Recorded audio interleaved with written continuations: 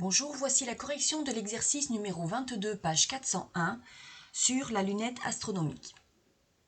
Alors, pour le numéro 22, on vous explique que les étoiles doubles sont très proches l'une de l'autre et qu'il est souvent impossible de les distinguer à l'œil nu. Et on va parler de la résolution angulaire que on va appeler bêta d'une lunette astronomique, qui est l'angle minimal séparant deux points objets dont la lunette donne des images distinctes. En effet, là, vous voyez deux points lumineux et on voit le phénomène de diffraction autour de ces points lumineux. On n'a pas juste un petit point lumineux, vous voyez, ça fait comme une tache autour de chaque point, plus des taches secondaires que l'on distingue ici.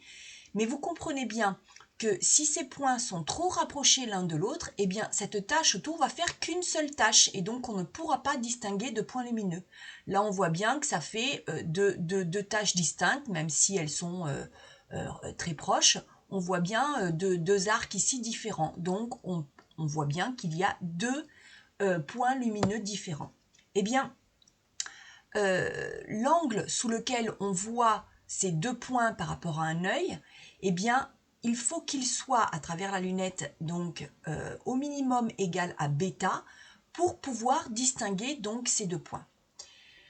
Alors ici, bêta, on vous donne l'expression qui est de 1,22 fois lambda, la radiation émise avec le maximum d'intensité pour l'étoile observée. Et ici, petit d correspond au diamètre de l'objectif de votre lunette astronomique. Alors, on vous demande dans un premier temps de calculer la résolution angulaire d'une lunette avec un objectif de 100 mm pour l'observation d'Archide, qui est donc cette double étoile. Alors, les étoiles d'Archide, en fait, sont séparées par un angle alpha qui vaut 2,8 10 puissance moins 3 degrés ici. Et on veut savoir quelle est pour cette double étoile la résolution angulaire correspondant à cette lunette. Donc il suffit d'appliquer bêtement cette formule. Donc ici, bêta, j'ai repris l'expression avec la valeur de la longueur d'onde qui vous est donnée, donc ici 485 nanomètres à convertir en mètres, et puis petit d étant le diamètre de la lunette, et on vous dit que ce diamètre fait 100 mm que j'ai converti également ici. Donc on fait l'application numérique et on obtient la valeur de bêta en radians qui fait 5,92 10 puissance moins 6 radians.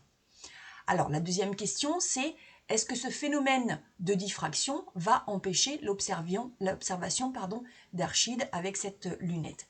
Eh bien pour cela, il va falloir comparer bêta à l'angle réel entre les deux étoiles, parce qu'on vous dit que bêta, c'est l'angle minimal de séparation de deux objets donc très proches par rapport à la visualisation.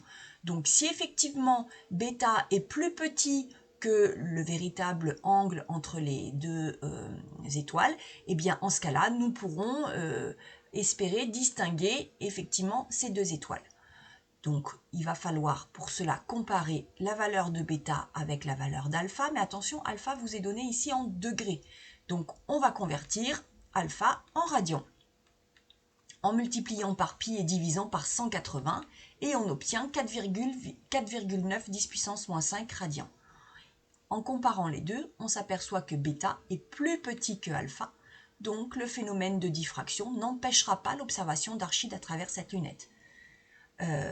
Puisque l'angle, on vous dit, c'est bêta ici correspond à l'angle minimal séparant deux points objets. C'est-à-dire si on est en dessous de cet angle, eh bien les distances donc seront trop proches l'une de l'autre par rapport à la visualisation, et donc on verra une seule grosse tache, on ne pourra pas visualiser donc les deux objets. Donc ici c'est pas le cas. Très bien. Alors passons maintenant à la question 3. On vous demande de calculer le grossissement minimal de la lunette pour que les images des deux objets qui seraient séparés d'un angle bêta soient vues séparément par l'œil. Donc pour cela, on vous parle de grossissement. Alors imaginons deux objets séparés d'un angle bêta. Quel serait donc le grossissement G à travers cette lunette pour que l'œil puisse les distinguer? Donc tout d'abord, la définition de G. Je vous rappelle que nous avons vu dans le cours que c'est l'angle θ', l'angle de sortie, divisé par l'angle θ, l'angle d'entrée, et c'est aussi le rapport des deux focales. Bon, ici, cette expression ne nous sert à rien puisque nous n'avons aucune focale donnée.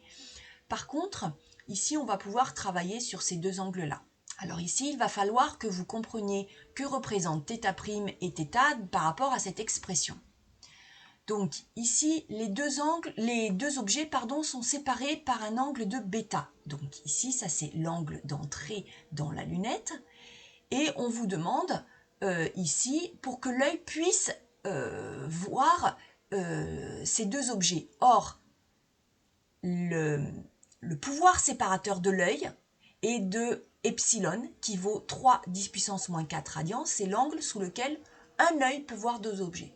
Donc ici, on a θ, l'angle d'entrée qui serait égal à β, l'angle qui sépare les deux objets, et θ', eh bien, il faut qu'il soit au moins égal à epsilon pour qu'on puisse visualiser à l'œil, placé derrière la lunette, eh bien, les deux objets. Donc on fait le rapport et on trouve 51. Ça veut dire qu'il faut que le grossissement de cette lunette soit au minimum de 51 pour pouvoir visualiser deux objets qui seraient donc distinguables malgré le phénomène de diffraction. Et on trouve donc 51. Et donc maintenant, on va partir sur cette lunette qui fera un grossissement de 51. Et on passe à la question 4A. Calculez alors l'angle sous lequel on observe Archide à travers la lunette. C'est-à-dire à travers la lunette, on cherche l'angle de sortie ici. Donc on cherche θ'. Et on connaît l'angle d'entrée, c'est-à-dire ici nommé alpha. Donc on passe à la quatrième question. On cherche à exprimer donc θ', qui d'après cette expression est égal à G fois θ.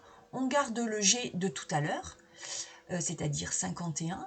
Et ici, θ vaut par rapport au texte alpha, qui vaut 4,9 10 puissance moins 5 radians. Donc c'est l'angle réel sous lesquels on voit ces deux objets à l'œil nu. Donc c'est l'angle d'entrée dans la lunette. On passe à l'application numérique et on trouve 2,5 10 puissance moins 3 radians. Donc on a un angle θ' qui vaut celui-ci.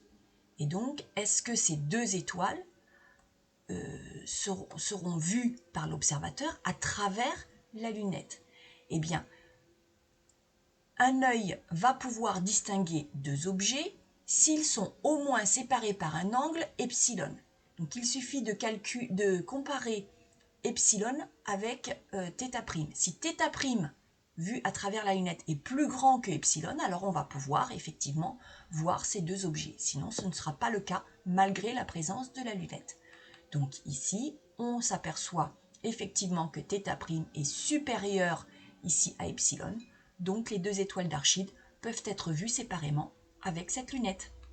Voilà, c'est terminé. J'espère que vous avez bien compris. Cet exercice n'est pas évident, j'en me rends compte. N'hésitez pas à noter vos questions sur un cahier pour pouvoir me les poser au prochain cours. À bientôt!